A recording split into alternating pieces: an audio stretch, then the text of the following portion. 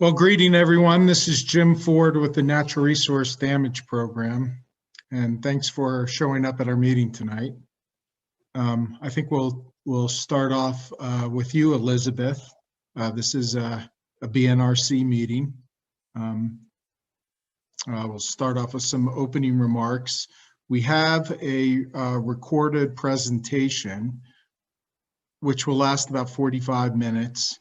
And then we'll go back live for questions and comments, and I'll have the slide deck so we could go back to individual slides or figures or whatever we need to discuss. So we'll stay here as long as there are questions or comments or concerns. So with that, Elizabeth, if you want to take it over. Thanks, Jim. Just want to say thank you to everyone for joining us tonight. As a council, we're excited to hear about the Parrot update. This is a project that's been near and dear to our hearts all along. So we're anxious to hear about the updates on it. I'd like to introduce tonight Jim Ford. He's going to be given the purpose and review of the project. We'll also have Josh Vincent, who will do the phase 1 review, and John Trudnowski, who will do the phase 2 review. After all of the presentation, then we will go to questions from the public, from the council first, and then from the public. I'd like to tell you tonight that we have 3 council members in the room with me tonight. So me, Sister Mary Jo, and Bill Callahan are here. And then we have, I can see Emmett and Dave Williams on the phone. I don't know if we have any other council members on the phone. If we do, maybe you could speak up just so we can get you on the list as having attended the meeting tonight. So Elizabeth, this meeting is going to run a little differently. People probably won't be able to unmute themselves, or they shouldn't be able to. So okay. If I could have the council members, if you are on and Elizabeth didn't address you, you can raise your hand and then we'll know that you're on the call. Perfect. And Miranda will also give us before we go to questions, kind of go through how we will deal with questions at the meeting tonight. And with that, I will pass it back over to Jim Ford and we'll get started.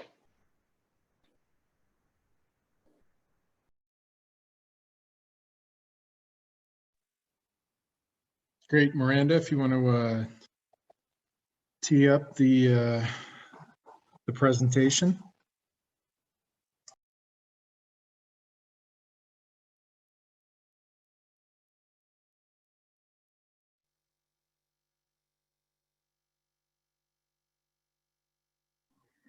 Before I start it, can everybody see this start screen for the video? Yes. Yeah. Okay, perfect.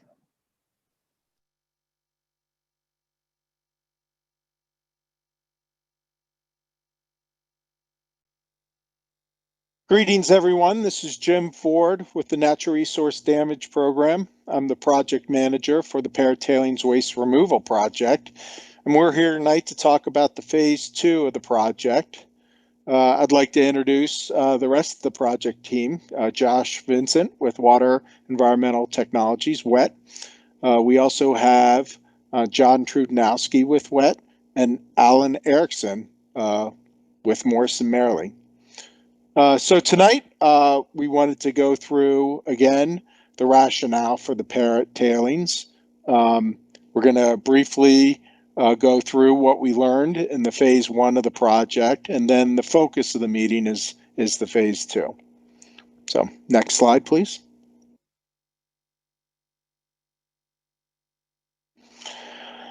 So the Parrot tailings, we got two old photographs here. We got Silverbow Creek up at Texas Avenue. You can see the elevated railroad tracks in the foreground there in the photograph on the left when there was a wet discharge for dewatering of the pit. It was about 20 CFS.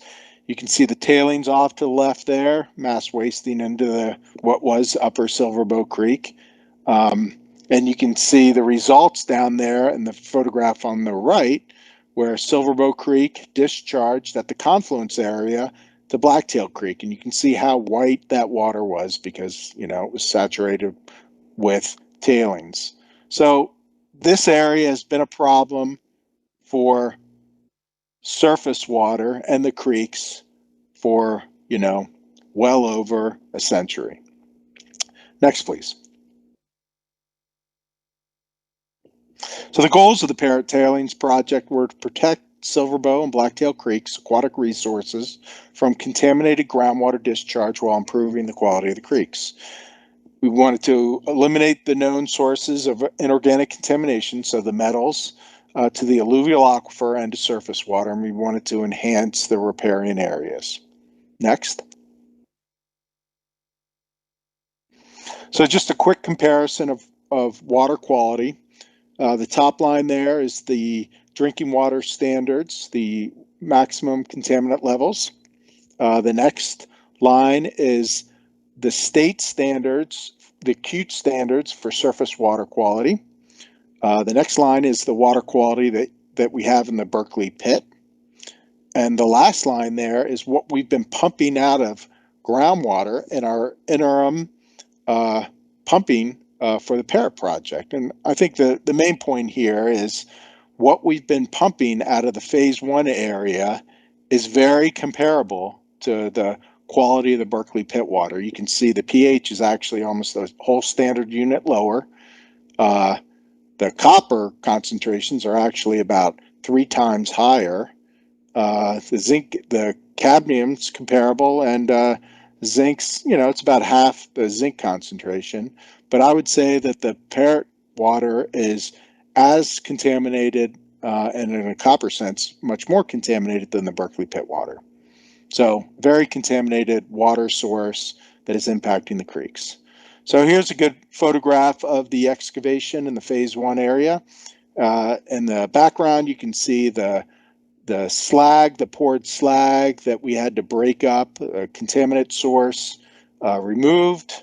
And below that, you can see the white lens, reddish lens. Those are the tailings that have been reworked multiple times. It's also a contaminant source. Below that is a black lens, organic rich, called clay layer, that had very high concentrations of contaminants that leached down into it. And then in the front part of the photograph there, that green blue water, which is an actual color, is sort of represents what we see in groundwater with those concentrations and at that pH. That's what the water looks like. It's a blue-green color. So that's what we saw in the phase 1 excavation area, and I think is fairly representative of the site in general. Next, please.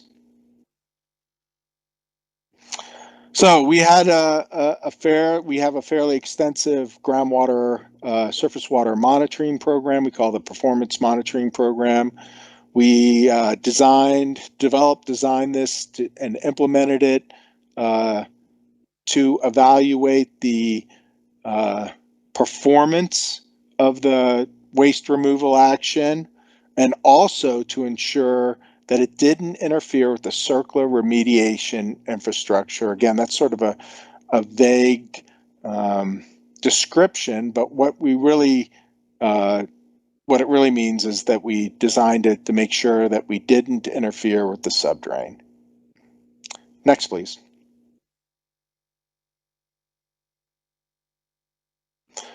So this monitoring approach was based on transects. So what we have here are transects of monitoring wells represented by these green and red dots. Each one of those dots can represent either a single well or multiple wells. These transects are perpendicular to groundwater flow, so flows running downhill from the excavation area, which is outlined in that black polygon, towards the creeks, which are down to the bottom left-hand corner of the figure. So you got Blacktail Creek intersecting Silverbow Creek. These wells are screened at different depth intervals, so they represent different depths. As many of you know, there was a long-standing dispute between the state of Montana and EPA and BPAR about the need for wells adjacent to the subdrain, which lies below a major portion of Silverbow Creek above the confluence, which on this figure is represented by that yellow dashed line. And in this monitoring program, we chose to install an additional 26 new wells, and those are represented by the green dots. Now, again, each one of those dots could be multiple wells, and we chose to install wells at those critical locations, which were primarily directly adjacent to the subdrain. So we needed to know how that subdrain was interacting with the shallow aquifer, because it is the driving force, hydrogeologic force for the shallow aquifer. So we needed to know how it was interacting with the shallow aquifer immediately adjacent to the shallow aquifer, not 100 yards away. We needed to know how it was interacting with it immediately adjacent to it. So we started collecting this data with this monitoring network about 3 quarters before we started any excavation activities for the phase 1 of the project. Next slide, please. So after about a year and a half's worth of data collection, we compiled all the data, did analysis, and we came out with our groundwater conceptual site model called the CSM. And the basic conclusions were that the Parrot was the major contaminant loader to Butte's alluvial groundwater, clearly more than 90%. And I suspect you could say it was even much more than 90%. We do know that there are other contaminant sources to the alluvial aquifer. There are the diggings east. There's Northside tailings, which actually Northside tailings doesn't really show much of a signature at all. And there are also other sources such as leaky stormwater pipes and other contaminant sources. As we also saw that as the plumes that emanate from the Parrot, and there are multiple plumes for each contaminant, move down valley, water quality does improve, and the aquifer does regain some buffering capacity. So contaminants partition to the soils within the aquifer, but that partitioning can move in 2 directions. It can partition to the soils and from the soils. We also found that the subdrain has a smaller capture area than previously reported. The groundwater flow and chemistry support that groundwater discharge to Blacktail Creek. We also know that in addition, in-stream sediment contaminant concentration and in-stream sediment pore water contaminant concentrations, as documented by state consultants, Montana Tech researchers, and EPA's own contractors, indicated the contaminated groundwater is and has been discharging to and impacting Blacktail and Silverbow Creek sediments and surface water. Next slide, please. So, how does the Butte Priority Soils OU CD contaminate groundwater and protecting the creeks? How does that all mesh? The BPSOU CD acknowledges that contaminated groundwater is discharging to the creeks and impacting surface water and in-stream sediments. The CD requires contaminated groundwater capture along Blacktail Creek and Silverbow Creeks in the Butte Reduction Works smelter area by BPAR. The CD also requires additional contaminated groundwater capture anywhere it is impacting in-stream sediments or where it's impacting surface water at 2 monitoring points. So again, The CD requires contaminated groundwater capture along Blacktail Creek. EP and BPAR have committed to provide opportunities for public participation throughout the groundwater capture design process. Next slide, please. So, one of the questions we've heard and one of the questions we had ourselves, how do we know that contaminated groundwater is not continuing to contaminate the creek's sediments and surface water after remedy is implemented? The BPSOU CD includes a very unique solution to this question. It includes contaminant-specific concentration performance standards for in-stream sediments. So you take this along with surface water standards will ensure the protection of the creeks from future contamination.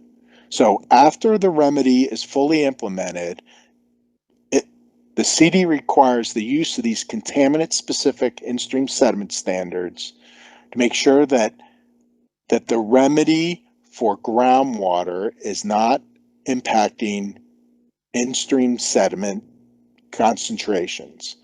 As long as it's not a remedy failure or there is not an upstream source of high sediment standards coming from the West Side Soils Operable Unit.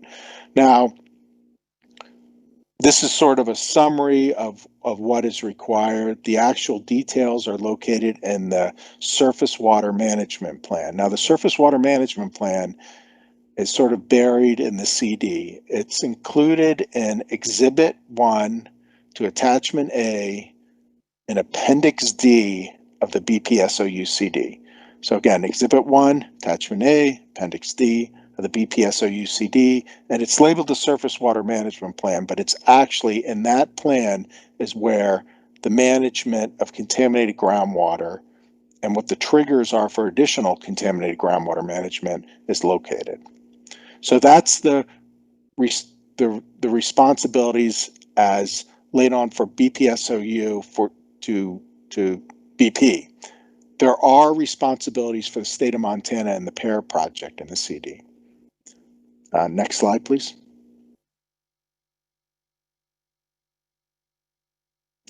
So the responsibilities for the state of Montana and the Parrot project in the CD are located in paragraph 96. And those allow BPAR to recover costs for damages for repair or maintenance of the subdrain for a number of things. And those include an increase in concentration of any contaminant, an introduction of a new contaminant, or an increase in quantity of water captured or for treatment of the BTL. So there are responsibilities for BPAR in the CD for contaminated groundwater, and there are also responsibilities for the state of Montana, specifically for the Parrot project.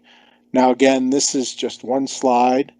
This paragraph 96 is 7 pages long, so there's a lot of details, but I just wanted to make sure people were aware that both BPAR and the state of Montana have responsibilities within the CD for contaminated groundwater within BPSOU.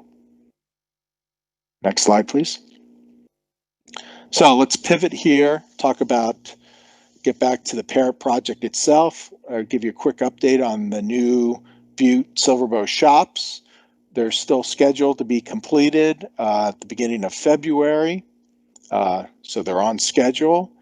They're on budget, which was approximately $14 million. So I would like to thank Butte Silverbow. They've been very diligent and worked very hard to stay on schedule and budget. Butte Silverbow has been and it will continue to work to relocate all their materials, their equipment, their vehicles over to the new shops during the month of February. We're scheduled to start demolition of the old shops on March 1st. So we're going to continue to coordinate with Butte Silverbow and making sure that we can stay on schedule with that. Next slide.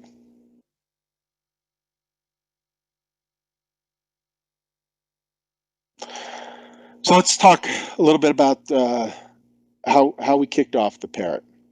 So after we received the go-ahead to move forward with the Parrot as a project from the trustee, which at the time was Governor Bullock, we developed a concept for waste removal that eliminated the need to haul waste on public streets, thus removing the major risk with this type of the project, which we call in our business a dig and haul project. Hauling this much waste, almost 2 million cubic yards worth of total amount of material. If you had to do that over public roads, it has a major risk involved. We developed a project where we could eliminate that. So it also allowed us to use much larger trucks, which dramatically improved our cost efficiencies from going from over the road trucks at 14 cubic yards to 60 cubic yard trucks. Saved us quite a bit of money. It also allowed us to dispose of waste in a watershed where we wouldn't have to worry about concerns of either surface discharges or groundwater discharges potentially impacting Blacktail or Silverbow Creeks, because any of those surface or groundwater discharges would report to the Berkeley pit. Next slide, please. So with this conceptual design, we needed to develop a number of agreements with multiple parties to make this concept a reality. The primary agreement was developing, an understanding with Montana Resources for waste hauling and waste disposal. And without this agreement, our concept would not have been able to come through fruition, and our ideas would not have been possible. So again, I would like to thank personally and professionally would like to thank Montana Resources for their help in making this project possible. The next set of agreements, and there was actually 2 agreements, is with Butte Silverbow. One for relocating the shops, allowing us to get at all these waste materials, and 2 for developing an end-land condition that will allow Butte Silverbow to, figure out what their what sort of end-land state zoning, redevelopment they would like to eventually have for this area. The third agreement that we needed to develop was with BPAR on coordination with the Blacktail Creek remedial actions and any leftover funds. We needed to pay for all this to make it viable. And the fourth was to make sure that we coordinated with EPA's remedial ideas. So to make all, 4 of these entities and these multiple agreements occur took several years, and they were all integral in negotiating the CD. Next, please. Okay. Well, with that, I'll turn it over to Josh, and he'll talk about the phase 1 and phase 2 of the Parrot. Thanks, Jim. Can you hear me okay? Yes. Okay, I'll dive in. So this is an old photo of the Parrot smelter from the old days. So next slide.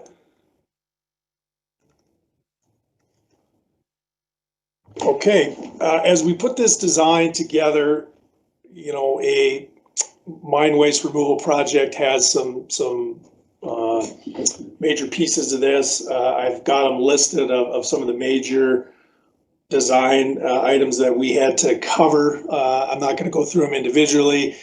the point I want to make here is that these are relatively standard projects. The Parrot project became a heck of a lot more complex when you drop the site right in the middle of a major Montana town. So that just elevates the complexity when dealing with the public and different landowners and trying to get big equipment around safely. So that was a big challenge, and it's something that's been at the forefront of our minds from the beginning of this project. Next slide. A few things that we scratched our heads on and did a lot of work to research and get correct in our bid packages. First was the slag. There's a huge plug of slag that we dealt with in the first phase of this project. There's also some slag in the second phase. Big question mark on whether or not we could excavate that with conventional equipment. And we did some testing, and at the end of the day, contractor felt he could do it and was able to excavate it. It was quite an effort to get done, but we were able to get that excavated efficiently. Dewatering, that's a big piece of a mine waste removal project, especially when you have waste saturated in groundwater, which is one of the major reasons for doing this project. And then we also implemented some interim dewatering. The haul road, Jim touched on this a little bit. Keeping it off public roads really increased the safety significantly, and it also allowed us to be more efficient with our waste removal. And we also had to design this across, Butte, Silverbow, Burlington, Northern Santa Fe, and Montana Resources properties. So cooperation from all of those entities was paramount.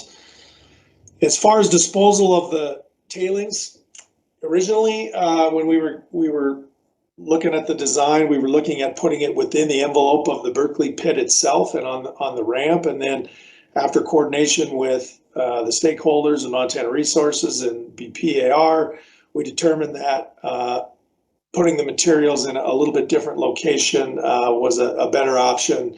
And we also got some agreement and assistance from Montana Resources to help move some of that material around. So I'll show you a stockpile area, which is a staging area, and then the final resting place for the material is going to be the Pittsmont dump or the placement area. And then design of the ET cover systems. These will be done in the second phase, which is on tap. And this eliminates infiltration of non-groundwater saturated waste. So we have waste that we were unable to get excavated due to utilities and access, but these were not saturated in groundwater. So construction of an ET cover system removes the risk of them further contaminating groundwater. And then health and safety, I'll talk a little bit more about dust suppression and public, keeping the public safe here in a few slides, but that's top of our mind from the get-go. Next slide. So this slide shows the overall project area. As you can see, the lower left is the Parrot site proper, where the tailings are located in red. The green hatched areas are where we are going to install evapotranspiration covers.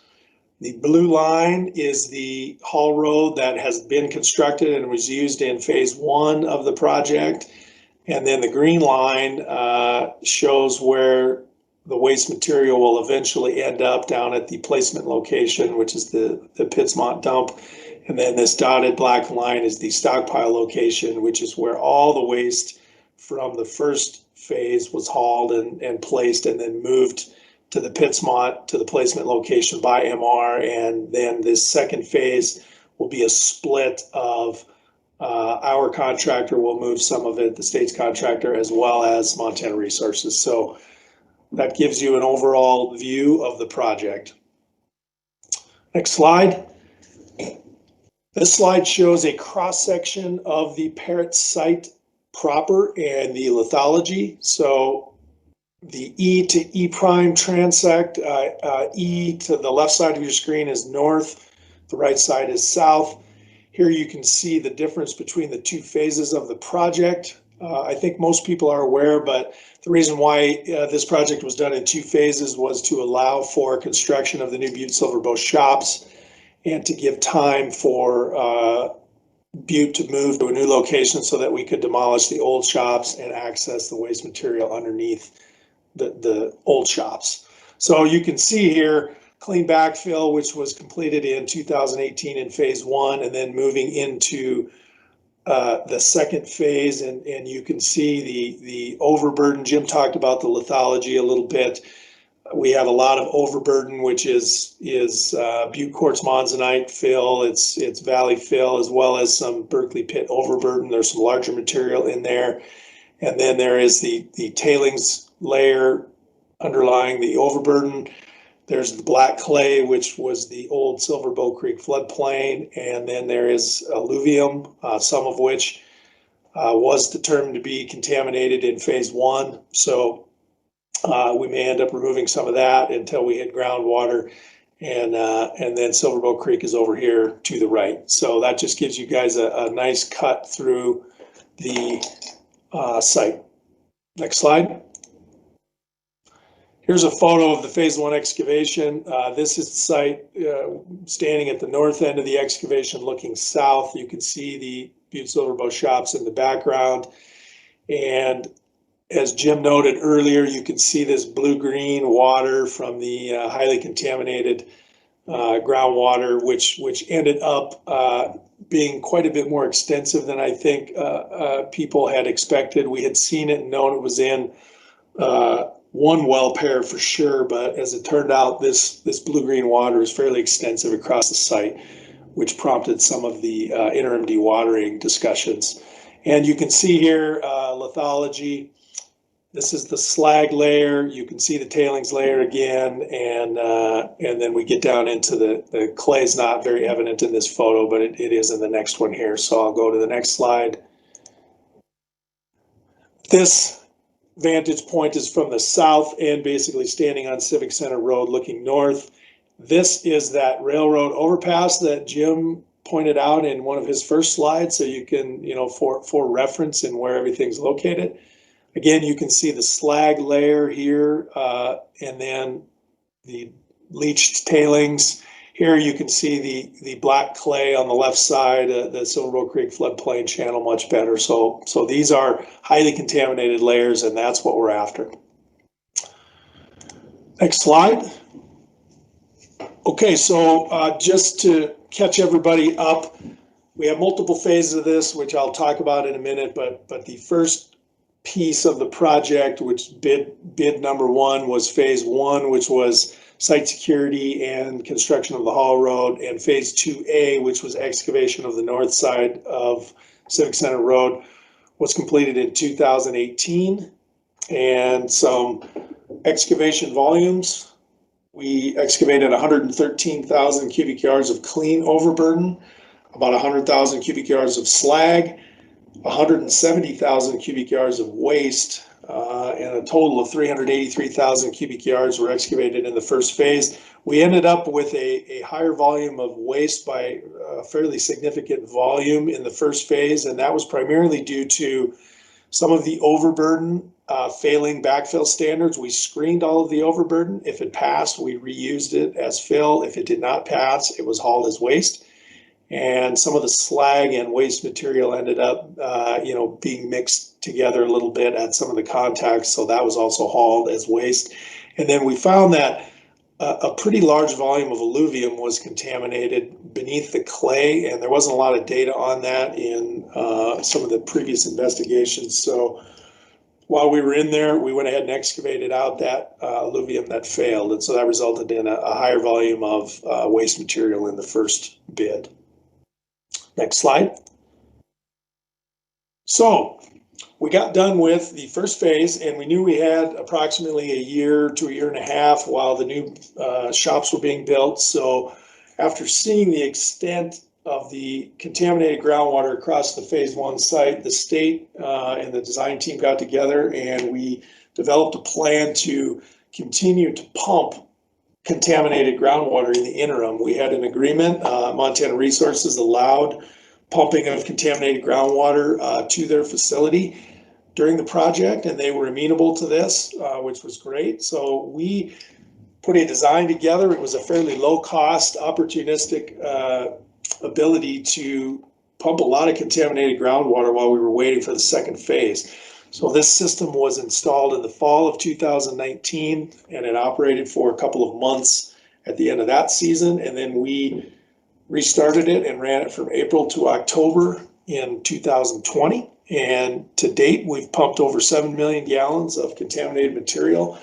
And it's very, very highly contaminated material. Jim showed some of the data from our October event earlier, but the pH ranged from 4.5 and it actually trended downward throughout the year, which shows us that there is a significant volume and source of contaminated groundwater itself.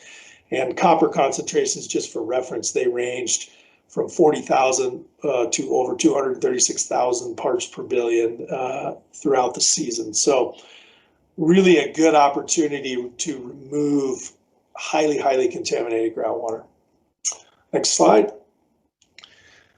This may be a little hard to see. This just shows you the collection system that was installed in the, sorry, let me, oh shoot. I went back. Sorry about that, folks. I'll just stop here. This shows the collection system in the phase 1 excavation area, which flows to a sump, which then we have a dual wall HDPE pipe, which runs to the Montana Resources facility where that water is folded back into their system. So it was a nice opportunity to get rid of this water. So next slide. Okay, now this just briefly will explain to everybody. You hear the different phasing and the different bid packages. This is the numbers behind it. So the first bid package, as I stated, was the site security and haul road construction and the excavation north of Civic Center Road. That's complete. Bid package 2, which we just completed the process, bid process for and have a contractor selected, is for demolition of the old county shops, excavation and backfill of the south side from Civic Center Road south to Silverbow Creek, and then construction of reclamation and ET covers. Next slide. So this is just a visual picture of what I just explained. So just to briefly go through this, the red is the phase 2A package or piece of the project that's already been completed. The blue is the phase 2C excavation, and then the blue here is also second bid package, evapotranspiration cover construction. And then the green color, it just denotes areas of the project that we're using in both phases. So the haul roads used in both, the stockpile area, and this area along the railroads is where we are placing the slag material and then putting an ET cover over the top of that. So next slide. So let's talk schedule. Jim mentioned that the shops are scheduled and on schedule to be completed on February 8th. Then Butte Silverbow will move to their new facility and leave the remaining facility to us to demolish. We put the package, the second bid package, out in November, December. We received 5 bids and they range from 8.7 million to 20 million. We ended up selecting Intermountain Construction Services from Butte at a cost of just a shade under 8.7 million to do the project. And shop demolition work will start as soon as Butte Silverbow is moved out, maybe even a little bit before. The contractor's working on logistics right now, but you'll start seeing some major activity over there starting in March.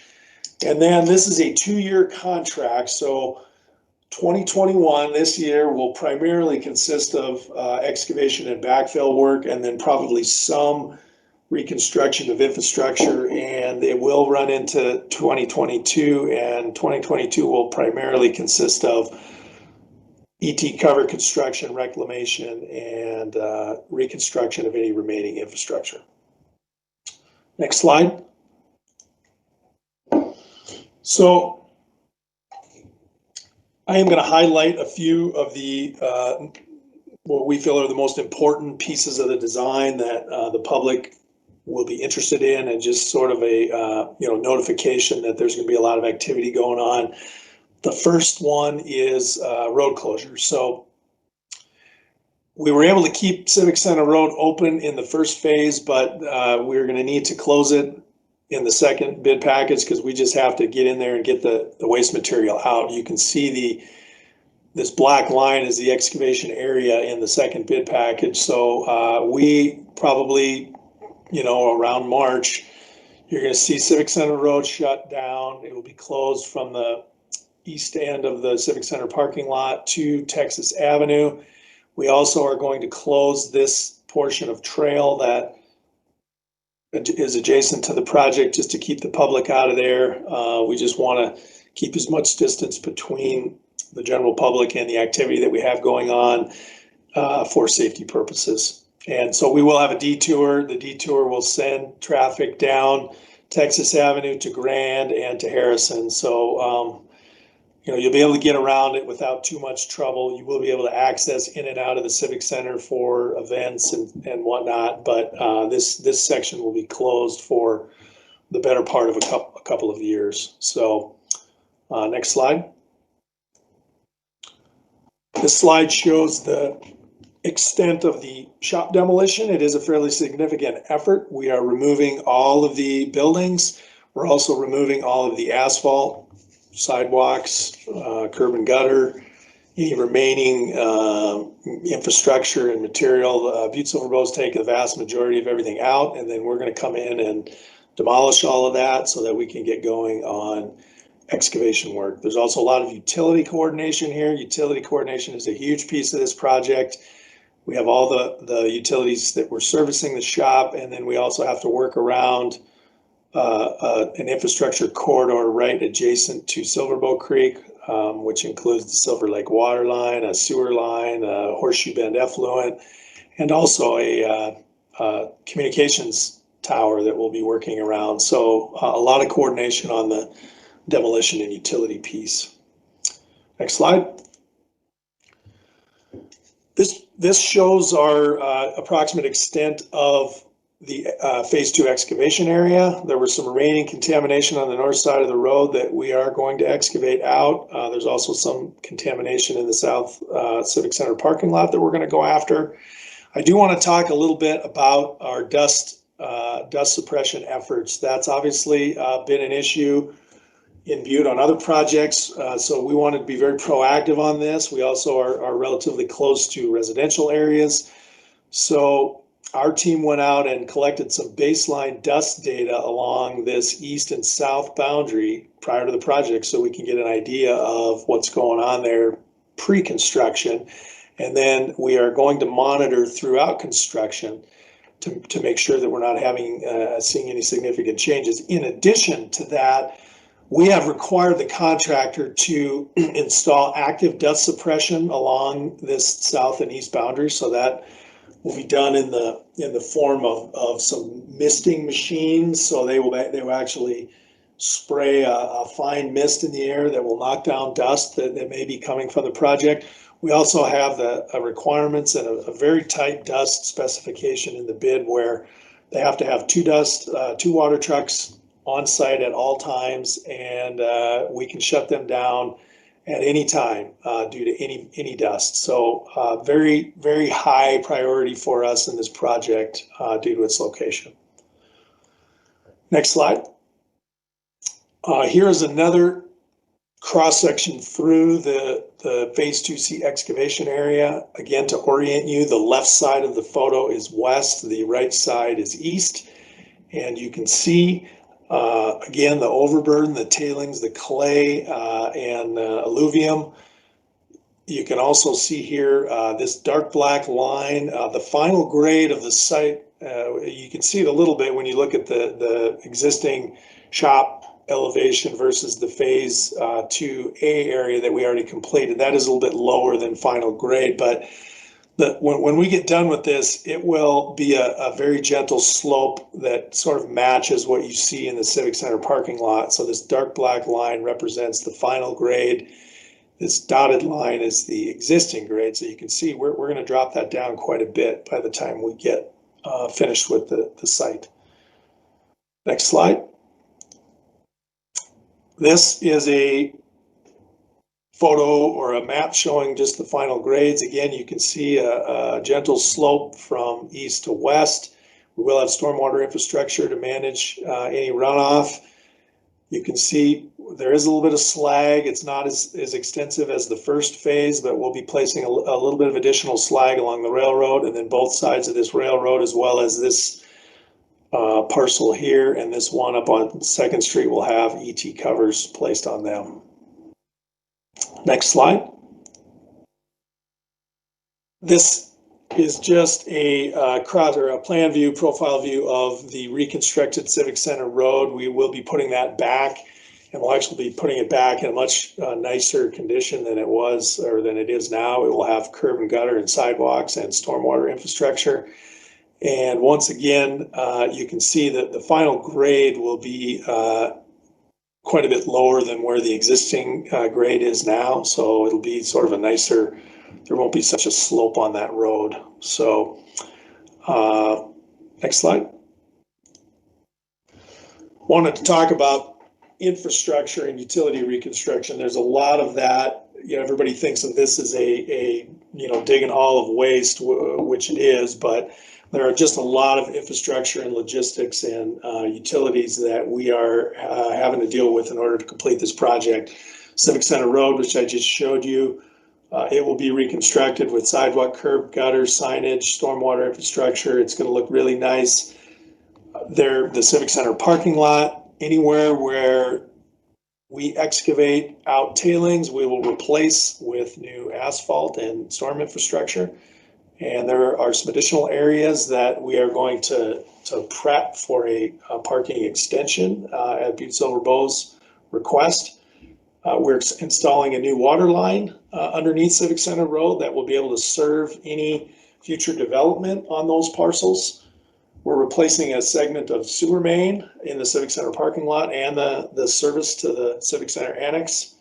We're going to realign the Warren Avenue stormwater main, put in a new main so we can access tailings.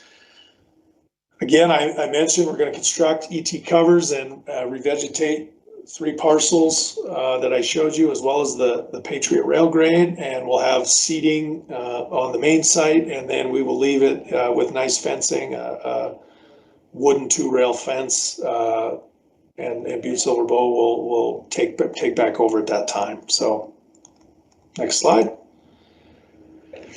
ET cover. Just wanted to show everyone generally what these look like and the differences between some of the covers that have been constructed to date on the Butte Hill. On the left, you can see these green shaded areas will all have ET covers installed, as well as you can kind of see it underneath the red.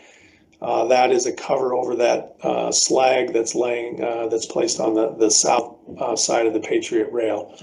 This is just a general cross section of the cover. It will be revegetated with a sort of a more robust seed mix than what you see in some of the other breeze caps. The other comment I would make on the right here is your standard breeze cap, which we will be using on the main site because we're not going to have any waste material left there. But it's a 12-inch cover plus 6 inches of topsoil vegetated, and the difference between that and the ET cover is the ET cover is designed specifically to prevent infiltration. That is not the case with the breeze covers. Those are more of a human health to break direct contact and mass wasting of tailings.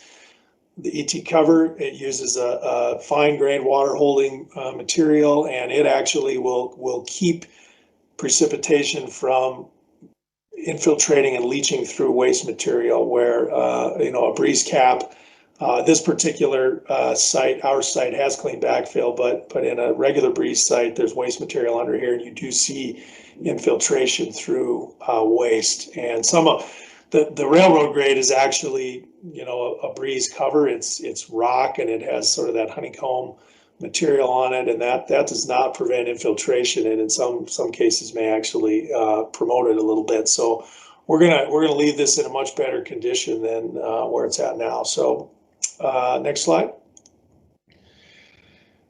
So installing an ET cover requires some finer grained materials, so silty clay loam type soil, and anybody that knows the Butte Valley knows that material is pretty hard to come by. So we spent a lot of time researching and evaluating where we could find that material. We did find some suitable material on a private landowner's site out just west of the landfill.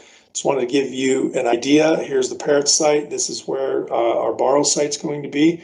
We're going to import approximately 130,000 cubic yards to construct those covers, and we'll be hauling it in from this landowner's site. Next slide. So this slide shows the, how the state is going to leave the site upon completion, and this layout is consistent with inland conditions that were identified in the agreement between the state and Butte Silverbow. I've already talked about these ET covers, these green shaded parcels here, here, and here along the railroad. And then there will be interim seeding, which I showed you will be the 18-inch cap on these two parcels, which will then be available for redevelopment. There's also going to be seeding on this hillside to the north, and also a riparian area along the south end. And then you can see here, this is where we will repave parking, and then these areas were intended to be additional parking for the Civic Center. So that is how we're going to leave the site. You can also see we're going to pull out the haul road and reclaim that where it runs across BNSF and Montana Resources property. So that's what it'll look like when we're all done. Next slide. I guess that's the end of my presentation. I will kick it back to Jim and we can finish this up.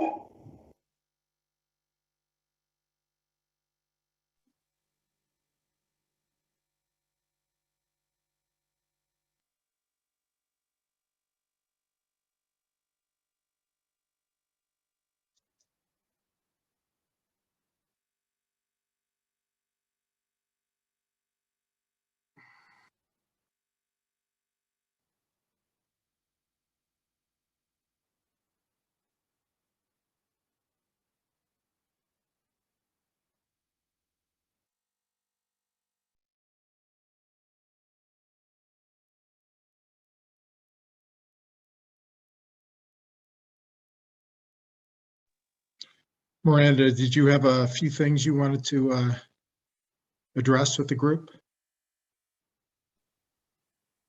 Yes, so I was just going to try and briefly go over how to raise your hand, since we're requesting that in order to ask a question or make a comment, you raise your hand and be unmuted. So you should be able to find it at the bottom of your screen, either in the reactions, I guess, area, or it should be in the participants screen. Otherwise, if you are on the phone app for Zoom, it's under More. And then if you are just calling in, you just dial *9, and that will raise your hand. And if you can't find that, we also have the chat feature available. So if you just want to type a message in there with your comment or question, you can do that. We just request that you make sure it goes to everyone. That way I can see it and Jim can see it. And then if that absolutely does not work, and you do have the ability to do like the thumbs up thing, you could go ahead and do that too, and I'll use that as a hand raised. And just a reminder that we will start with council questions and comments first.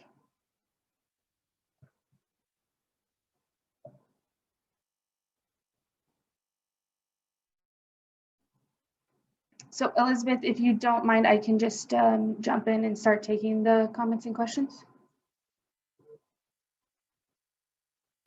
That's perfect, Miranda. Okay, so it looks like, sorry, John Sesso has a comment or question first.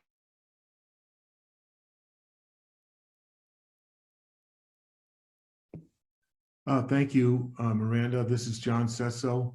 I was going to just clarify that the completion of phase of the backfill on the north side of the street is not in fact done, that we're going to put more fill in that area than exists there now. I think that Josh covered it then on 3 or phase 2C, but I just wanted to clarify that you know, there'll be more dirt and it'll be a different grade on the north side of Civic Center Road.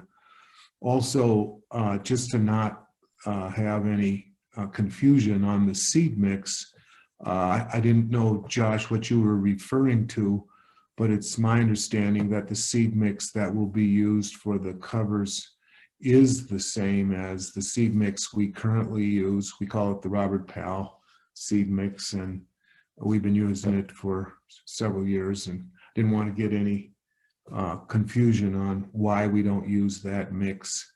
You mentioned you were going to use a more robust mix. Am I missing something in that regard? And then I have a question on the landfill dirt, and whether or not that whether that meets the specs for or the dirt that has been acquired near the landfill. I just have a question on the distinction between that dirt and the dirt we've been digging at the landfill that does not seem to meet standard at the at a Superfund site. So the last is my only question about the dirt and the sampling of that dirt, and how that is distinct from dirt that we have available at the landfill. I don't know who can answer that, Jim or Josh.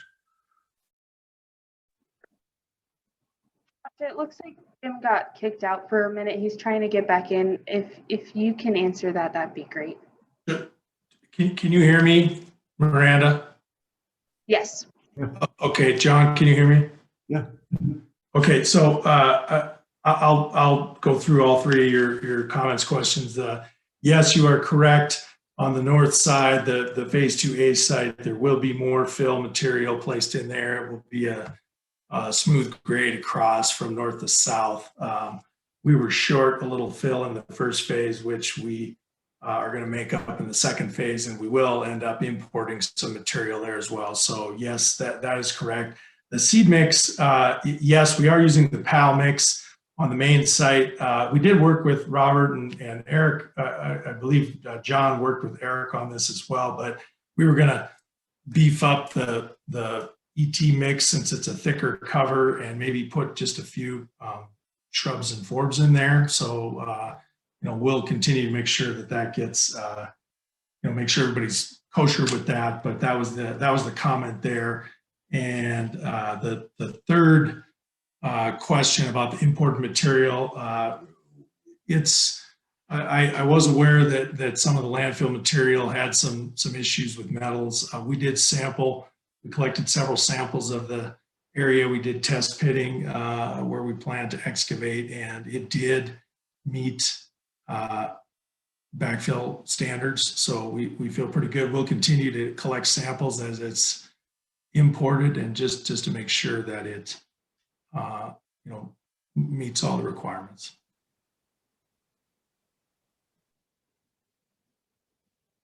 So Josh, I'm back in. I'm sorry, I somehow got kicked out of the meeting.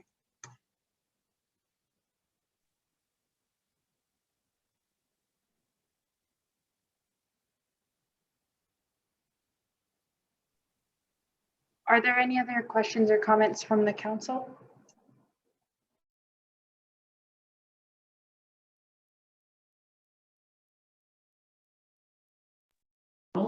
Miranda, we have a question here from Sister Mary Jo. And it has to do with the green water that we found in the first removal of the Parrot tailings on the north side. And it was obviously very contaminated. And what isn't the ground underneath that water being tested to see if more should be taken out of that area.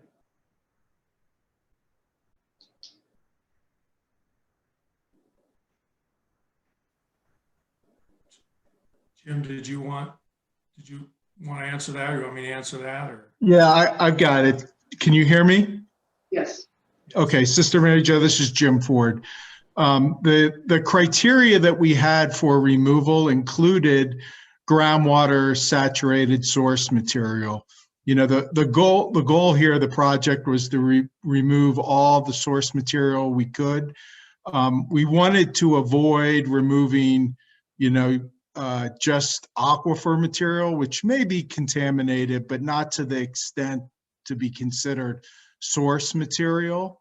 And I think we accomplished that.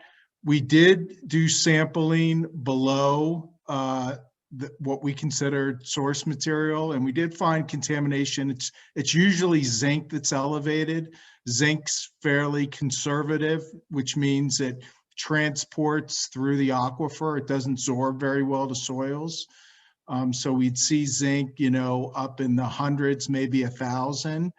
But if you think about what we saw in that black organic rich, the old floodplain of Silverbow Creek, you know, we saw things in there in the hundreds of thousands in zinc, you know, up towards 1 million. So, you know, there's quite a bit of difference. So I'm fairly confident we got the source material itself.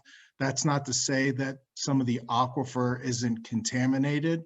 It certainly is, but you know, we don't have the money to like dig up the aquifer from the Parrot all the way down, say, towards the creeks. But I don't believe that material is any way indicative of that blue-green water. I think that blue-green water is indicative of the black clay and all the materials above it that we were removing. Did that make sense? Did that answer your question? Thank you. We also have a question here from Bill Callahan. Yeah, I'm interested in what the plan is for hauling all of this ET soil that you're going to be using. If there's 130,000 cubic yards you're predicting, how are you going to haul all of that to the site? Yeah, that's a good question, Bill. You know, I started off talking about, you know, how we're getting all this waste material onto MR's property and avoiding, you know, over the road haul, but there's no way to avoid getting it, you know, all the way from Rocker into town. So we have a haul route identified to get it onto the facility, onto the property. You know, there's basically 4 different parcels. But there's no way we can avoid going, you know, onto city streets. So we've got safety measures in place, but we're just going to have to do it very carefully. There's just no way about it. I can say that on a sort of a positive note, the good thing about these ET covers is they take a lot more material and they're more expensive, but on the back end, they're a lot less maintenance. So in the long term, you spend a lot less maintaining them, and they allow for a lot more uses. So you can have dog parks, they allow, you know, hiking, because they're just much more robust. It's not just grasses you can grow on them. You can grow woody species. They can support much more robust and native vegetation. So yeah, it's a lot more material that we've got to bring in to build them, but they're much more robust and sustainable and a low cost, which for a community like Butte that's supporting a lot of caps, you know, basically forever, I think that's going to be important. But yeah, we're going to have to bring that in over the road, over, you know, public roads, and it's just going to have to be done very carefully. And I think that's something the community is going to have to grapple with here over the next number of years, because there's a bunch of remedial actions that are going to take place. So that's something that's just going to have to be carefully coordinated. Yeah, Jim, I was wondering, this is just off the top of my head, have you guys considered using the railroad lines that are already in place to move all that material? You know, we haven't, you know, way back when I was a much younger man, when I was managing Silverbow Creek, when we were developing and designing the cleanup plans for that project back in the mid-90s. We spent a couple of years looking at utilizing the railroads for digging all that material up and taking it out to the opportunity ponds, or even up to the active mine area back in those days.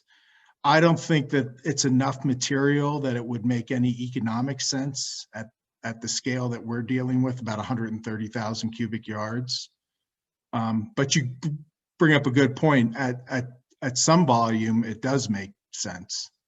I think we just don't have enough volume to build all the infrastructure that you would need to build. But it's something we'll think about. I'll sit down certainly with Josh and John, and we'll start doing some back of the envelope calculations to see, because certainly we got a railroad line that comes right up through our site, right? So we'll circle back on that. Thanks, Jim.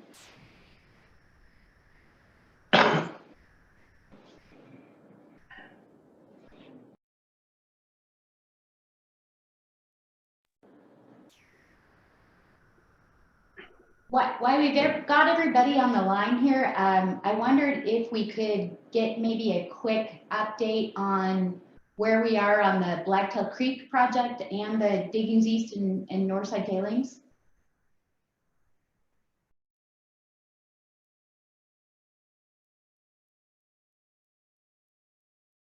Let's see, I don't know if I can see, trying to find the toggle, if I can see if everybody's there. Is Daryl, are you out there? Probably can't speak if you are. Miranda, oh yeah, I see Daryl has his hand up. Miranda, could you turn Daryl on?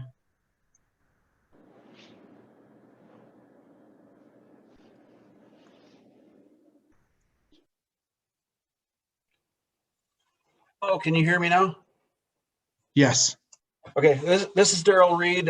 Yes, this is a very preliminary brief update on the Blacktail Creek project. We did receive the first payment of settlement from Atlantic Richfield for the Blacktail Creek project.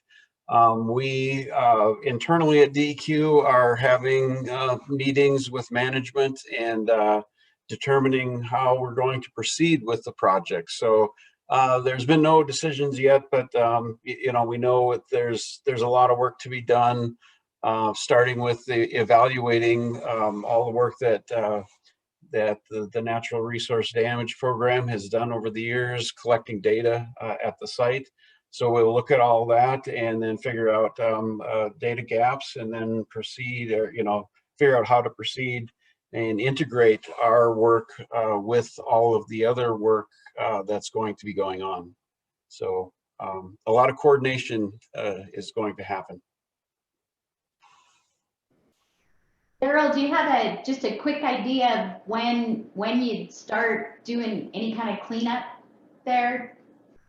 We won't hold you to it. We're just kind of looking for when. Well, again, our project relies on a lot of what Josh Bryson and Atlantic Richfield, their project, both for when we can do the work, and they have to, we all have to figure out where a repository is going to be, and make sure there's enough capacity at the Butte treatment lagoons to take the water, the dewatering water that needs to be treated. So there's a lot of logistics that need to be figured out, but basically I envision we'll be near the end of some of the other work that's going on.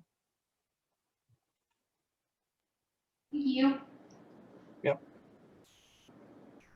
Yeah, and just to, this is Jim Ford. I'll just add, Daryl had he had emailed me a week or so ago to request a bunch of the data. As as you guys well know, because it was NRD funds, we did a number of rounds of investigations of the Blacktail Creek area, some of the in-stream sediment and sediment pore water work. And Daryl asked if I could pull that all together, the actual data, not just the reports, but the actual data and some of the analysis we did. And I've just been so busy, trying to get the Parrot moving along and getting the contracts in place and all that. I haven't had time to pull it together. So I'm going to prioritize that and make sure that we get DEQ everything we've got, as well as maybe even, access to the contractors that worked on it, which was Tetra Tech mostly, I think.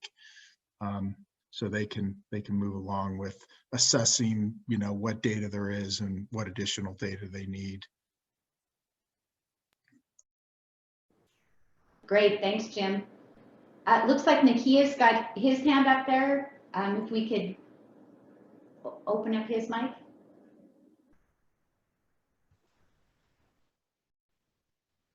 All right. Hi, everyone. Just to fill in a little bit with what Daryl was saying about just all the work that's going on and the precursors to, getting moving on Blacktail Creek.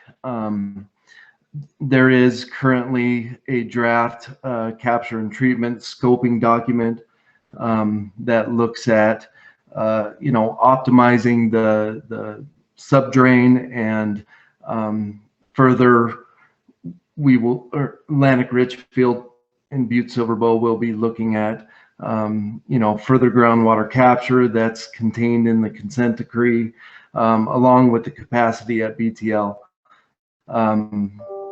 December 2nd, we received a draft 30% design on north side tailings and diggings east, so that's currently being reviewed by EPA and DEQ. We've also received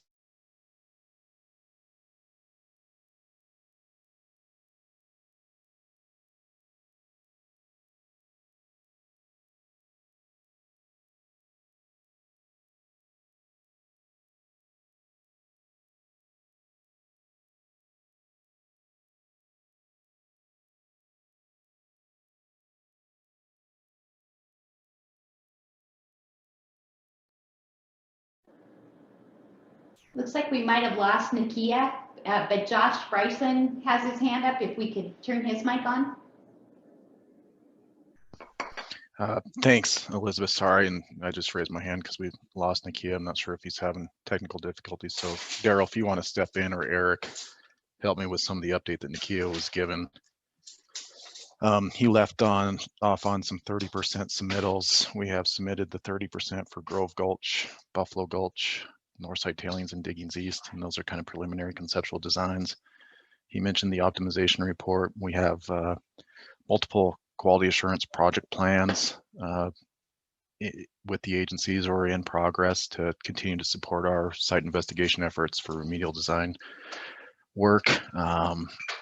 We're just keep on moving ahead with the intent of completing up through 90% designs this year, which would allow us, we think, to develop construction documents in Q1 of 22, go to bid, and hopefully mobilize a contractor to begin at least portions of the work in late summer, early fall of 22. Just really a lot of technical documents being progressed at this time, a lot of design work. Thanks, Elizabeth. You better mute me again. I've got kids talking in the background.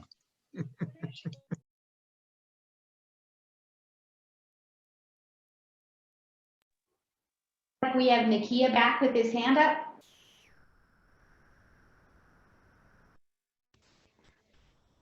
Sorry, I got dropped off there. I did hear what Josh said, and I just wanted to add, for the listeners out there, the community engagement plan that Atlantic Richfield and Butte Silver Bow put together is in my mind, one of the most important documents to communicate and engage with the community on the projects in the corridor and beyond. You know, and it's kind of a first step to start to engage with ideas about repository locations and things like that. So I just wanted to bring that one up as well.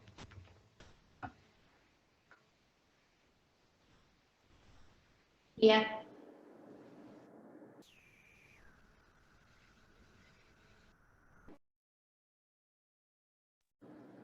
So we open it up to questions from anybody that has a question. Raise your hand, or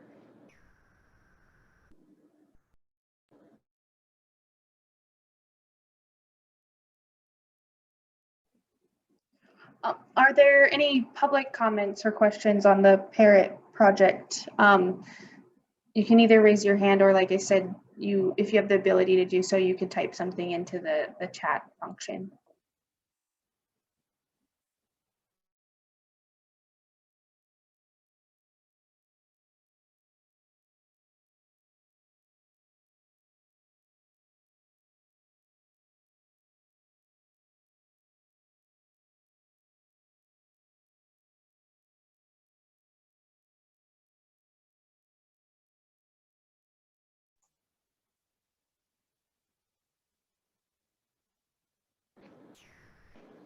all right, seeing no further questions, I think we'll go ahead and I'd just like to thank everybody for being on the call tonight. I'd like to thank Jim and Josh for the update, all the good questions, the good information on the other projects, and thank everybody for coming along, and we're just ready to get going on this thing.